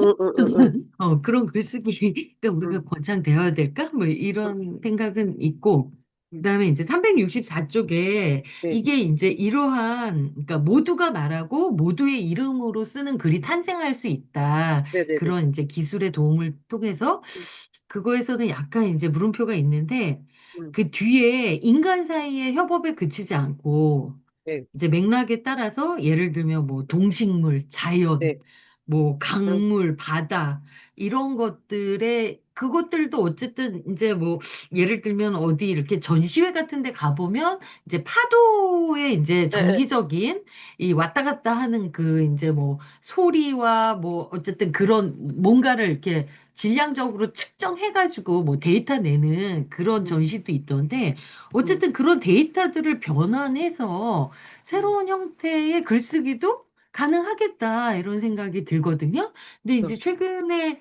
제가 이 부분에 약간 굉장히 이것의 진짜 실제 이제 실현 가능성에 굉장히 이제 주목하게 된 거는 기후위기 관련해 가지고 예를 들어서 이제 뭐 전 세계적으로도 그렇고 우리나라에서도 여러 가지 뭐 시민의회 이런 형식으로 다양한 뭐 세대별 뭐 아니면 뭐 네, 직업별 등등 해서 이 응, 기후위기가 각자에게 응, 어떠한 영향들을 미치고 있고 각자가 생각하는 대안들을 의회의 형식으로 모으자 네, 이런 움직임들이 있잖아요. 근데 거기서 더 나가서 지금 사물의 의회라는 것도 응, 프로젝트가 진행되고 그래, 있어요. 예, 그래서 그거 뭐냐면 이게 사실은 기후위기가 인간에게만 영향을 주는 건 아니잖아. 동식물은 뭐 말할 것도 없고 네, 실제로 뭐 예를 들어서 뭐 바닷가에 해수면이 높아진다, 낮아진다, 그 해변가의 모래가 뭐 많아진다, 적어진다 이런 것들에도 분명히 영향이 있는 거잖아요. 그러면 걔네들의 의견도 여기에 담아내야 돼. 이런 문제의식이에요. 그래서 전통적인 어떤 인간 대 비인간이라는 이제 아주 오래된, 철학적으로도 오래된 이 이원론에서 이제 벗어나가지고 이제 사물까지 이렇게 대상으로 해서 지금 그 이제 경희대를 중심으로 해가지고 프로젝트가 아, 이제 진행되고 있는데, 그런, 근데 이제 거기서는 일단은 지금 굉장히 이제 초보적인 단계라 그냥 예를 응, 들어서 이한나 선생님하고 오진아 선생님은 그러면 이제 바다의 응, 입장에서 기후위기를 보고, 뭐 김성환 선생님은 뭐 어떤 뭐 숲의 입장에서 보고 뭐 이런 형식이라면 제가 자세히는 잘 모르지만 이거를 약간 AI를 통해 가지고 실제로 그 사물들이 갖고 있는 데이터들 있잖아요. 아까 네, 말씀드렸던 그런 것들을 접목해 가지고 인간이 어쨌든 그쪽에 이제 전문가들이 적절하게 잘 해석해낸다면 굉장히 기후위기의 논의가 정말 그 인간과 비인간 이 범위를 떠나서 대기, 뭐 지구, 우주 이런 차원으로 논의가 더 될 수도 있겠다. 이런 것들을 좀 상상하면서 읽었습니다. 음, 그리고 재밌었던 거 368쪽에 네. 미국의 독립선언서 이거 제가 오늘 수업 끝나면 한번 해보려고 아, 그러는데 예. 당시 노예 입장에서 이거를 비판해 보라. 아, 아, 이런 게 되게 아, 글쓰기 수업에서 맞아요. 되게 재밌을 것 같아요. 맞아요, 맞아요. 우리나라도 이런 텍스트들을 얼마나 좋아해요. 예를 들면 국민교육 헌장 예, 예, 예. 이런 것을 예를 들어서 70년대 그 이제 착취받았던 그렇죠. 우리나라의 근대화를 이제 읽었던 노동자들의 관점에서 이 음, 국민교육 헌장을 해석해 봐라. 그래서 나중에 수업 시간에 이런 거를 한번 사람들하고 토론해 봐야 되겠다 이런 생각도 했습니다. 음, 네, 좋아요. 저는, 가 저기 획일적인 글로 이제 종결되지 않겠느냐라는 말씀이 있어가지고 사실 그 얘기를 아까 하려고 그랬다가 까먹었는데 김선생 선생님 아까 얘기하신 대로 모두 다 비슷한 문체로 나오지 않느냐 그리고 아까 여기 텍스트에 있었던 대로 이렇게 고유의 그 장르 문화 같은 것도 삭제될 수 있다라고 하지만 요 책이 나오고 난 다음에 요 며칠 사이에 이제 그 한 1년 사이에 지금 GPT 정도 되는 애들은 모든 문체를 다 분류해서 학습을 했죠. 디신 사이드 스타일로 써줘 그러면 그렇게 쓰고 마르케스 스타일로 써줘 그럼 그렇게 쓰고 그래서 고유의 문체도 전부 다 지금 분류를 해놓고 있는 상황이고 아까 그리고 이제 진아 쌤이 얘기하신 그 공동 작업 있잖아요. 학생들이 여러 명이 하나의 글을 쓰는 그거를 오영진 팀에서 했었어요. 오영진 선생이라고 페이스북 있는데 이 친구가 게임 비평부터 시작해서 뭐 인문학 협동조합 했던 연구자들이 지금 계속 과학기술대학교랑 예전에 이제 한양대학교에서 그런 실험들을 계속 했는데 요거 이제 GPT가 처음 막 이제 나오고 이럴 때 23년, 24년 이럴 때 공동 작업으로 만들어내는 한 편의 소설 뭐 쓰기 그리고 그 내용 가지고 바로 옆에서는 수노 AI로 음악 만들고 이런 작업 했었습니다. 그러니까 학생들이 이제 한 교실에서 계속 각자의 이야기를 입력을 하는데 이것을 다 싹 모아가지고 한 편의 글로 만들어낸다. 라는 그런 조작이 가능하다는 거죠. 사실은. 그러니까 이게 이제 각 우리가 상상력을 더 넓히면 넓힐수록 GPT 어쨌든 인공지능을 더 활용할 수 있고 텍스트를 더 끌어올 수는 있는데 뭐 이제 그 다음에 우리는 이제 무엇을 해야 되는 것인가 그런 질문이 남는 것 같습니다. 선생님 실험해 보시면 한번 보여주시면 좋겠어요. 저도 그 하나의 사건을 각각의 소설가들의 문체를 파악하고 있는가 테스트를 해봤는데 대략적으로 한 70% 정도까지는 따라오는 것 같아요. 네, 자 주희쌤으로 갈까요, 강주희 스님? 네, 안녕하세요. 네, 오늘 좀 일이 있어서 늦으셨는데 어디까지 네, 보셨는지? 저는 우리한테 음, 러버덕에 대해 러버더그, 네, 설명하는 그 네, 부분까지 읽었고요. 제가 네, 전자책으로 읽고 있었고, 네, 네, 김치엽, 네, 네, 그래서 제가 앞부분을 거의 참여를 못 해가지고 네, 일단 띄엄띄엄 네. 이해하, 띄엄띄엄 또 종합적으로 말씀해 주셔도 좋습니다. 띄엄띄엄 이해하면서 읽었는데, 저도 좀 인상적이었던 게 비인간 동물, 음, 음, 음, 음, 식물과 함께 커뮤니케이션하고 음, 그들과 함께 글쓰기를 할 수 있지 않겠느냐라는 음, 내용을 좀 인상 깊게 읽었어요. 왜 그랬냐 하면 음. 제가 1월부터 하는 아주 쓸모없는 일 중에 네, 하나가 네, 인류학 박사님들이 인류학 고전을 읽는 세미나에 들어가서 네. 그 책을 같이 읽고 있거든요. 아, 우연히 그렇게 됐는데, 음, 그게 어떤 내용이냐 하면, 퍼스라는 사람의 기호학을 바탕으로 음, 인간 너머의 음, 인류학이 있어야 된다라는 음, 주장을 하는 음, 숲은 생각한다라는 책을 음, 세미나 하는 거예요. 음, 그래서 모든 세상에는, 음, 세상은 그냥 동물, 식물뿐만 아니라 거기에서는 심지어 영적인 부분까지도 어, 어, 어, 어, 다루고 있고, 어, 우리의 언어가 음, 인간의 언어는 상징 체계라고 얘기를 하지만 실제로 언어학, 기호학이라는 것은 그 상징 이전에 뭔가의 사건의 변화를 일으키려고 하는 인덱스가 있고 어, 그 이전에 1단계에서 음, 아이콘이라고 하는 그냥 그 자체로 어떤 이미지를 나타내는 우리가 걔를 꽃이라고 이름 불러주지 않아도 이미 꽃이 음, 음, 상대의 아이콘인 음, 그런 기호가 있다. 음, 그걸 바탕으로 음, 세상의 존재들과 관계들을 해석하는 음, 책을 음, 읽었거든요. 음, 음. 한 10% 이해를 했어요. 5% 이해한 것 음. 같아요. 에, 에, 에. 근데, 아, 어, 그 얘기, 그 얘기에 지금 한 6주, 7주 동안 계속 음, 반복해서 듣다가 음, 이, 이 문단을 보니, 음, 오호라, 그러면, 음, 음, 거기서 얘기하는 거는 굉장히 이제 복잡한 상징 언어로까지 오기에는 어떤 반복과 패턴을 통해서 상징 체계로 음, 언어가 기호가 음, 넘어오는 음. 오게 되는 건데 예, 이렇게 고래와 뭐 식물과 이런 아이들의 언어, 음, 패턴을 활용해서 커뮤니케이션을 실제로 할 수 있게 된다?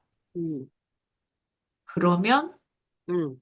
어마어마한 그 인류학과 철학과 기호학과 사회학에서 어마어마한 지형의 변화가 일어날 것 같고, 똥이 일어나겠는데. 대혼란. 네, 그러면서 대혼란이 일어나면서, 어, 사실은 세계관에 엄청난 혼란이 올 것 같다라는 그렇죠.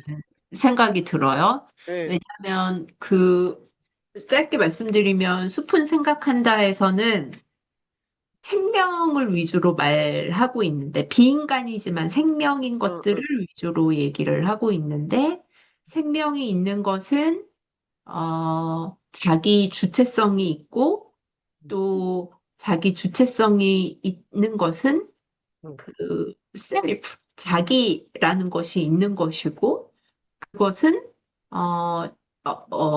생각한다는 어, 거라는 거거든요. 응, 응, 그러니까, 모두가 다, 응, 생명들은, 응, 심지어 이 생명을 관장하는 영들까지도 응, 각자의 자기들인 거예요. 응, 응, 셀프들인 거예요.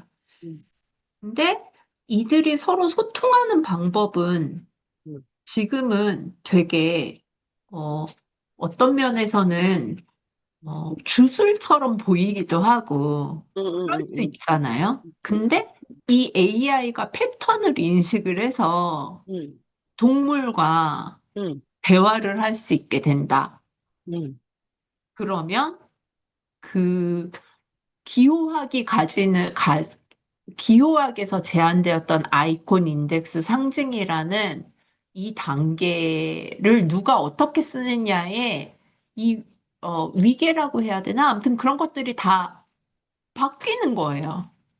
그, 응, 그래서 저는 그 부분을 연결해서 봐서 거기를 되게 흥미롭게 읽었고, 아마 응, 지금 이 책을 읽고 있는, 같이 세미나를 하고 있는, 인류학자 박사님들께서, 응, 철학자님들께서, 신유물론 철학자님들께서 응, 응, 이 문단을 읽으면 응, 뭐라고 말씀하실지 응, 상당히 궁금해졌다.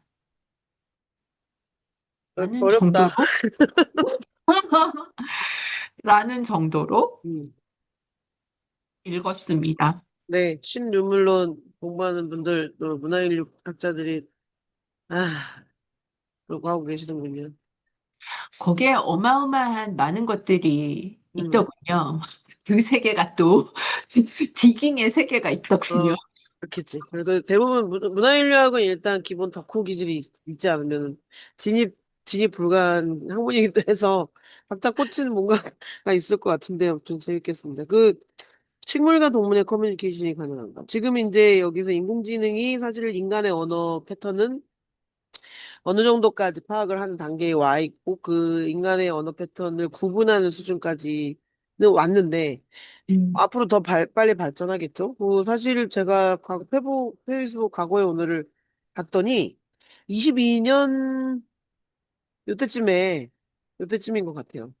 22년이었던 것 같아요. 메타버스 한참 난리 났을 때, 예. 그때 음, 이렇게 줌이나 뭐 이런 강의를 그때도 22년에도 줌으로 강의 여는 법, 회의하는 법 이런 강의를 하고 있던 시절인데 22년에 그때 GPT가 나왔고 그래서 그때 메타버스에 대해서 조금 더 설명을 해달라는 질문이 들어와서 제가 그거는 이제 배가 떠났고 돈 벌 사람들 다 벌어서 챙겨서 갔으니까 지금부터는 인공지능에 대해서 고민을 좀 하셨으면 좋겠다라고 하면서 제가 GPT를 열어서 몇 가지 시연을 보여드렸더라고요. 음, 근데 그 3년이에요, 지금. 그리고 지금이 됐어요. 자, 그러면은 저는 지금 인간 언어 체계를 완전히 정복하는 데 있어서 한 3년 봐요. 길게.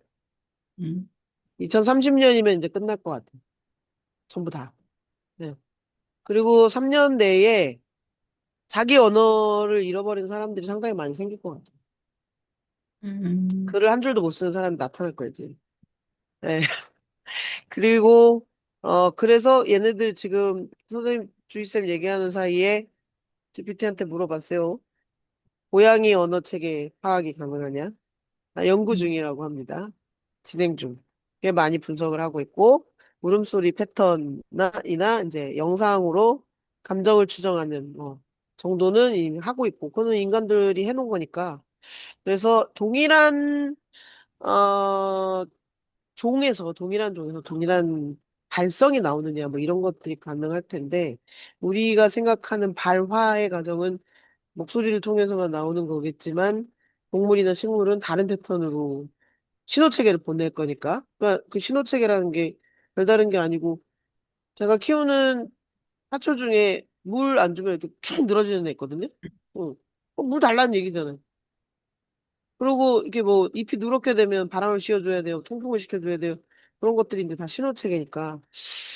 그러면은 동식물의 언어도 파악은 할 수 있을 것 같은데 그것을 인간이 과연 공개하는 데 동의를 할 것인가 라는 문제에 있어서는 네.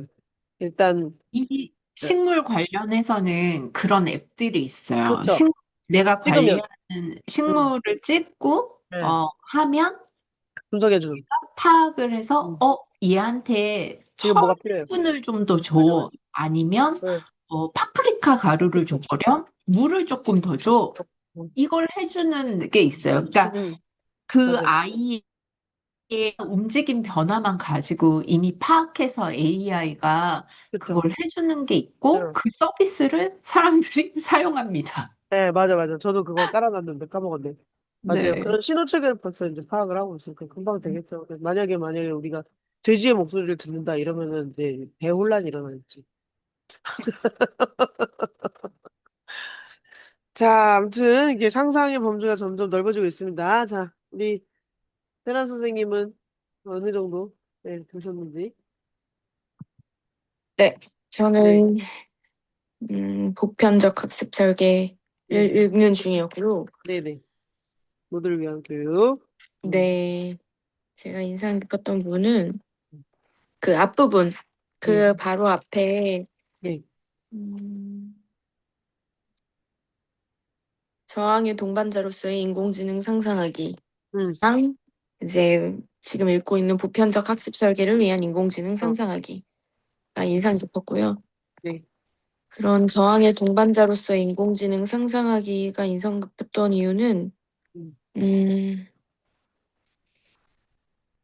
계속 인공지능 그 388쪽에 보면은 인공지능을 그러니까 억압 기제로서의 인공지능과 해방의 도구로서의 인공지능을 동시에 사유해야 합니다. 인공지능의 칼끝이 시민이 아닌 착취적, 비민주적, 반생태적 제도와 기관을 향할 수 있도록 모두의 지혜가 필요합니다. 음, 라는 게 나오면서 이제 앞서 예시로 그런 예술 부문에서 이렇게 무단으로 작품을 네. 이용하는 것을 인공지능을 통해서 이제 거르는 그런 사례를 보여주잖아요. 음, 여기가 좀, 음, 보통 인공지능을 비판하거나 음, 하는 입장에서는 인공지능이 어떻게, 그러니까 인간을 소외시키거나 네. 착취하거나 이런 관점에서 얘기하는데 오히려 인공지능을 활용해서 그 관점을 비판하는 음, 방식으로 활용할 수 있다라는 전환이 저한테는 좀 새로웠던 것 같아요. 음. 네. 저도 딱 그 부분 줄쳐놓은 부분인데, 비슷한 예로 어떤 생각을 했냐면은, 제가 최근에 그 지역에 있는 센터와 같이 일을 한 게 있는데요. 공익활동이라고 얘기하는 공익활동의 사례를 이제 계속 수집을 해서 그걸 스토리텔링으로 만드는 작업을 했어요. 우리가 이제 목표치가 이제 80건이었어요. 근데 이 공익활동이라고 하면 보통의 시민사회 단체들이 많이 하는 게 있고, 그 다음에 이제 봉사단체가 하는 것들이 있고, 그리고 공공기관인데도 이제 사회복지 서비스를 하고 있는 뭐 그런 데서 하는 것들이 있는데, 그런 것에 대한 데이터가 웹상에 너무 적은 거예요. 우리가 이제 좋은 일 하시네요라고 얘기하는 것들을 사람들이 자기 SNS에도 자기가 어떤 좋은 일을 하고 있는지 잘 알리지 않고 복지관급이나 돼야 자기네가 이러이러한 예산을 받으니까 이러이러한 사업을 하고 있습니다라고 제출하고 그리고 공공기관에서 돈을 받았으면 그에 대한 사업 계획서나 결과 보고서를 제출하지만 그것이 누군가의 책상 안에 컴퓨터 폴더 안에 들어가 있지 웹상에 노출되고서 돌아다니진 않아요. 그리고 일단 이런 동아리나 시민사회 같은 데는 미디어에 좀 취약한 측면이 있어서 언론 플레이를 잘 못하니까 보도자료도 많이 나오지 않고 그 대형 단체나 큰 단체들 역량이 되는 글을 쓸 수 있는 사람이 있는 데에서만 그런 소식들이 계속 나온단 말이에요. 그래서 제가 그런 현상을 보면서 물론 과거에도 미디어 접근성이 너무 떨어진다라는 생각은 했지만, 이제는 생각이 약간 달라진 게, 이거 무한히 빨리 생산을 해야 되겠다. 계속 변주를 넣어서. 그래서 AI가 학습하게 해야 되겠다. 어쨌든 얘는 웹에 돌아다니는 정보를 계속 스크리핑해서 학습을 할 텐데, 공익활동이라는 것은 인간이 할 수 있는 일 중에 돈벌이가 안 되는, 또는 인간의 가치를 실현시킬 수 있는 최고의 수단이 아닐까? 만약에 우리가 계속해서 이 자본주의에 휩쓸려서 AI 놓고 지금 전부 다 돈벌이 얘기만 하고 있는데, 아니, 인간은 원래 그 돈벌이만 하는 게 아니라, 돈 안 되는 일에도 자기 자신을 투신하거나, 시간을 활용하는 일을 되게 많이 하는 사람이야, 라는 인식을 AI에게 주려면, 그런 활동에 대한 데이터를 자꾸 만들어갖고 퍼뜨려야 된다는 생각을 한 거죠. 역으로. 응.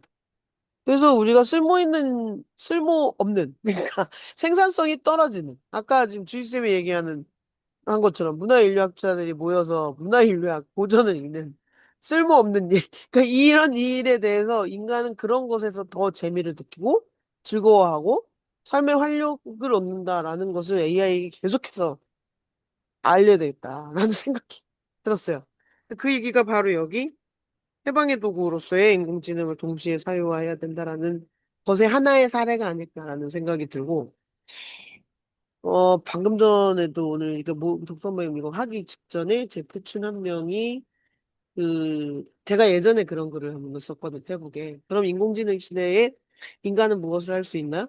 저항이라고 했더니, 저항이라는 단어만 쓰면 너무 운동권 틱하니까 거기다가 감시라는 단어를 자기는 하나 더 붙이고 싶다라고 그런 견해를 지금 하나 썼어요. 그래서 같은 얘기죠. 그러니까 인공지능이 무엇을 하느냐, 이 새끼들이 이제 뭐로 학습하고 있고, 누구의 지식 재산을 계속 훔쳐가느냐에 대해서는 결국은 시민이 감시를 해야 되고, 그 인공지능을 학습시켜서 돈을 벌고 생산량을 극대화시키려고 하는 것은 자본이면, 그럼 그에 적대되는 이들의 무한 팽창하는 절도를, 지적 절취를 막을 수 있는 것은 정부와 시민이 되지 않겠느냐.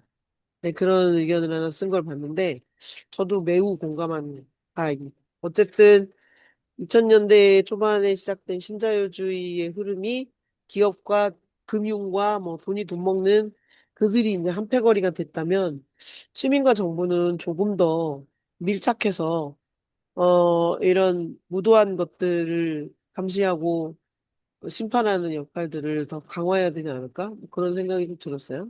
네. 아무튼 저도 공감되는 부분이었습니다. 자, 성현쌤 얘기 안 하셨죠? 네, 아까 중간에 전화가 와가지고 제가 네네네. 잠깐 전화를 예, 받느라고 네네. 아마 제 차례였을 텐데 제가 잠깐 사라졌을 네네네네. 예, 거예요. 예. 그리고 괜찮아요. 지금 중간에 음, 제가 이 책을 음, 4장부터 읽지 않은 상태에서 음. 이제 이 마무리되는 장을 읽으려다 보니까 시차적응도 안 해가지고 지금은 잠이 막 쏟아져 있는 상태에서 읽으려고 하니까 네. 소제목들 해가지고 이 저자가 전반적으로 이제 마지막 장에 뭘 얘기하려고 하는지 그 소제목으로 얘가 딱 통찰을 해서 통합적으로 이거를 입력을 해야 되는데 자꾸 음. 읽고 있는데 이제 중간 자꾸 글은 읽고 있어도 집중이 안 돼서 끊기는 음. 거예요. 맥락이 연결이 안 아, 예, 되더라고요. 예, 예. 그러는 와중에 제가 그냥 183조까지 어쨌건 네, 읽었고요.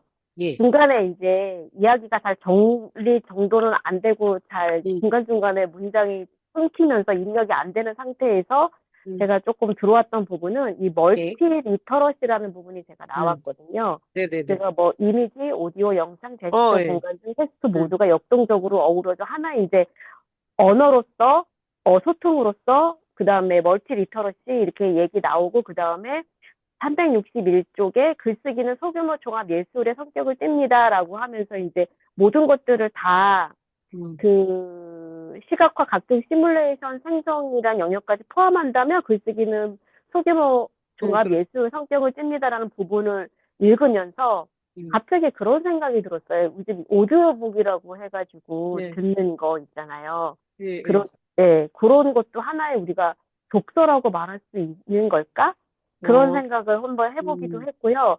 그 음, 다음에 옛날에 소설 작법 하는 거를 이제 소설가님한테 이제 음, 한 1년 정도 음, 배울 때 그때 이분은 글쓰기를 배우는 것보다도 모든 이제 기존의 작품들을 그 두꺼운 책을 다 읽게 할 수는 없으니까 그 부분에 한 A4에서 다섯, 여섯 장 정도 되는 분량만 딱 발췌를 해가지고 그 부분을 읽게 하고 그 작품을 이렇게 들여다보면서 소설가로서 이 작품을 어떤 식으로, 그다음에 뭐 1인칭, 3인칭, 뭐 전지적 작가 신점으로 소설을 어떤 식으로 이렇게 써나가는 거다라는 거 작품을 이렇게, 비법을 어, 가르쳐 주는 예, 수업이니까. 예, 예, 예. 그렇게 이제 했었을 때 본인은 그 텍스트를 읽어주는 거를 이렇게 그런 어플을 사용하신다라는 거예요. 음, 다 모든 것들을 읽을 수 없고, 그 다음에 뭐 글을 써서 낸 그 사람들 학평을 할 때 다 그 많은 것들을 읽을 수 없을 때는 운전하거나 이럴 때 그거를 텍스트를 읽어주는 아, 그거를 TTS. 그런 거예요. 예. 음, 그걸 하신다는 거예요. 그랬을 때 내가 직접 눈으로 읽는 거하고 기계 음성으로 해서 어, 읽는 거하고 여기 책에서도 그런 게 나왔잖아요. 예, 예, 예. 텍스트에 어, 그러는 것들이 과연 독서고 읽는 거라고 우리가 생각할 수 있는 영역일까? 이런 생각을 좀 하면서 혼자 딴 생각을 하면서 좀 음, 읽었던 것 같아요.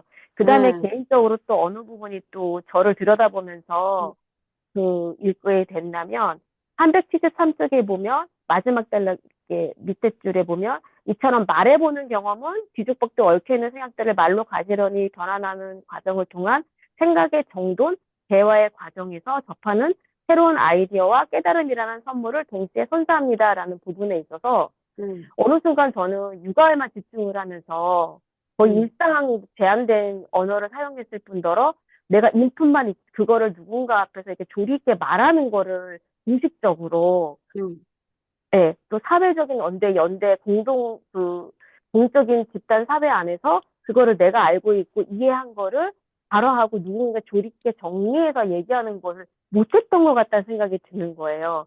음. 그나마 최근에 2, 3년 사이에 하루라는 거를 하면서 그 부분에 대해서 공부한 것만 보완이 좀 상대방하고 됐다. 같이, 예, 네. 예.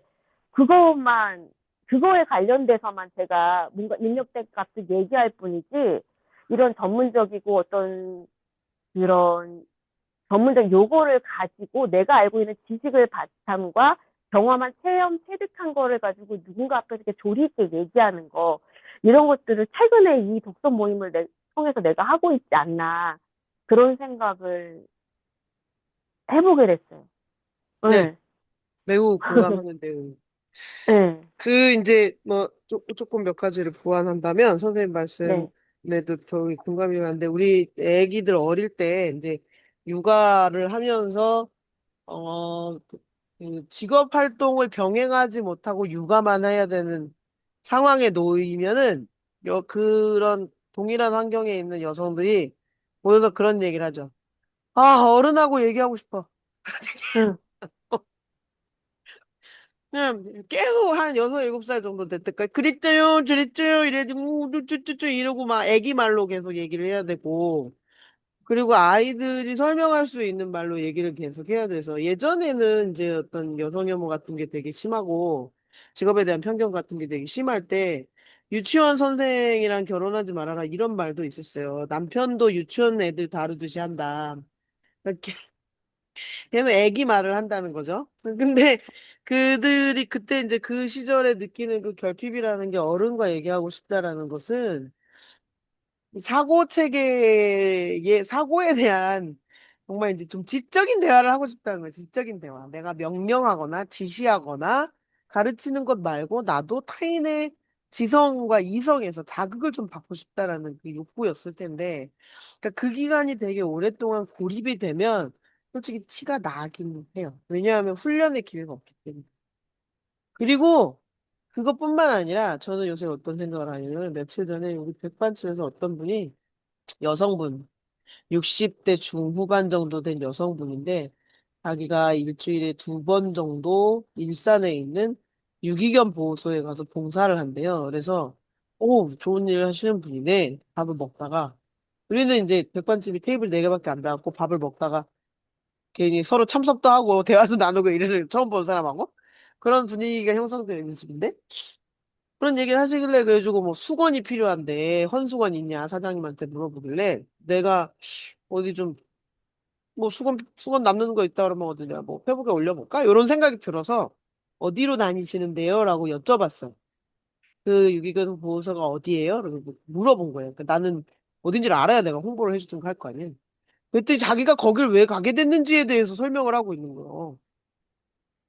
그래가지고 이제 백반집 사장님이 그만 얘기하고 저기 사장님이 물어본 거나 대답해 주라고 이제 면박을 줬어요. 그때 딱 내가 딱 든 생각은 아, 저 양반 권력자구나 이런 생각이 들었어. 권력자. 자기 얘기만 해도 되는 사람이구나. 어디 장증 되겠네. 그래서 도와주지 않기로 결심을 했어. 그러니까 지금 이제 그 어른과 얘기하고 싶어의 그 지적 자극이 필요한 사람이나 어떤 결핍으로 계속 느끼잖아요. 내가 계속 육아를 하느라고 애들하고만 있어서 내가 말 훈련이 잘 안 됐어. 근데 권력을 오랫동안 가지고 있는 사람도 똑같아. 말하는 훈련 안 되는. 특히 우리 토론회 같은 거 하면 꼭 질문한다고 손 드시는 6, 70대 아저씨들, 할아버지들 있잖아. 질문이 아니잖아요. 자기 소감 얘기하고, 자기 업적 얘기하고, 자기가 여기 왜 왔는지 얘기하고, 오늘 말씀 잘 들었다고 그러고 끝내잖아.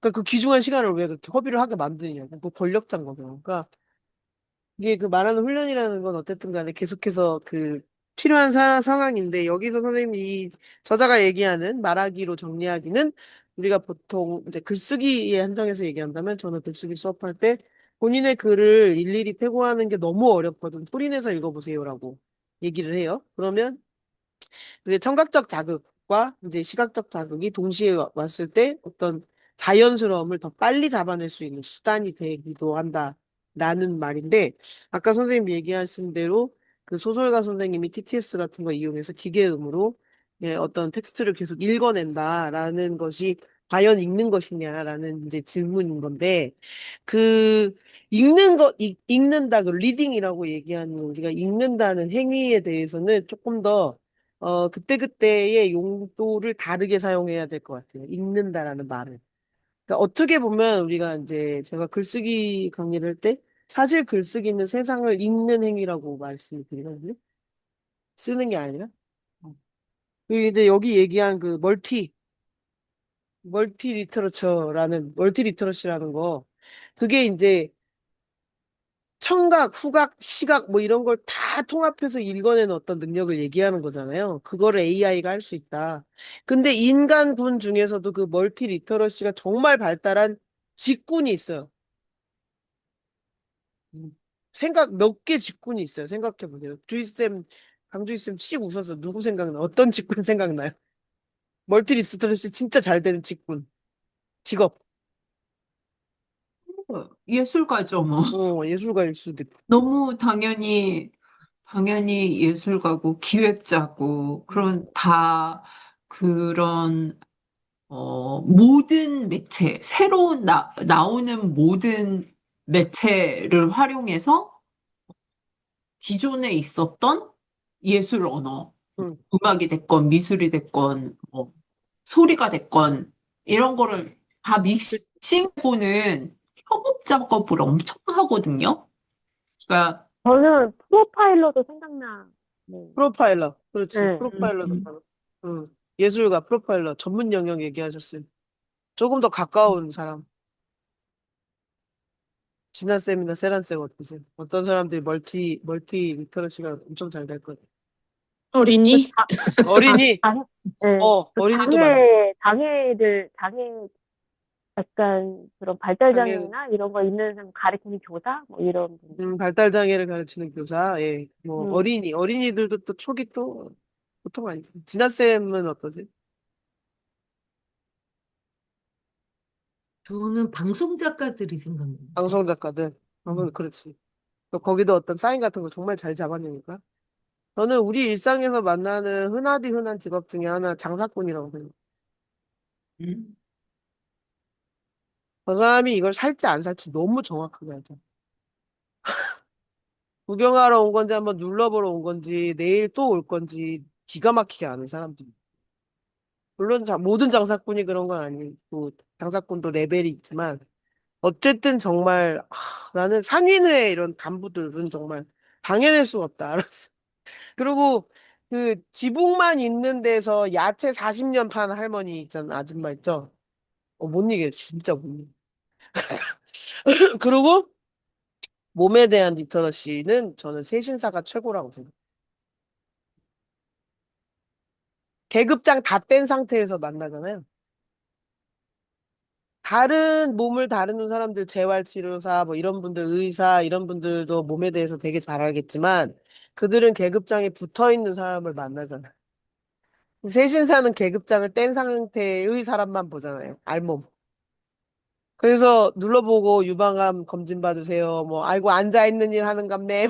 뭐 이런 얘기를 되게 잘 하는 걸 보면서 놀랍다는 생각이 들죠. 그러니까 이것도 읽어내는 거거든요. 멀티리터러시라는 것은 결국은 읽어내는 것이고 세상을 읽어내는 거기 때문에 어떤 사람이 어떤 방식으로 어떤 텍스트를 읽느냐는 각자의 입장에 따라서 다르지 않을까. 만약에 기계화되어 있는 음성 언어를 듣는 것이 읽는 게 아니라고 생각을 한다면, 점자 책을 읽는 것은 그것과 또 다르다고 볼 수 있는 거예요.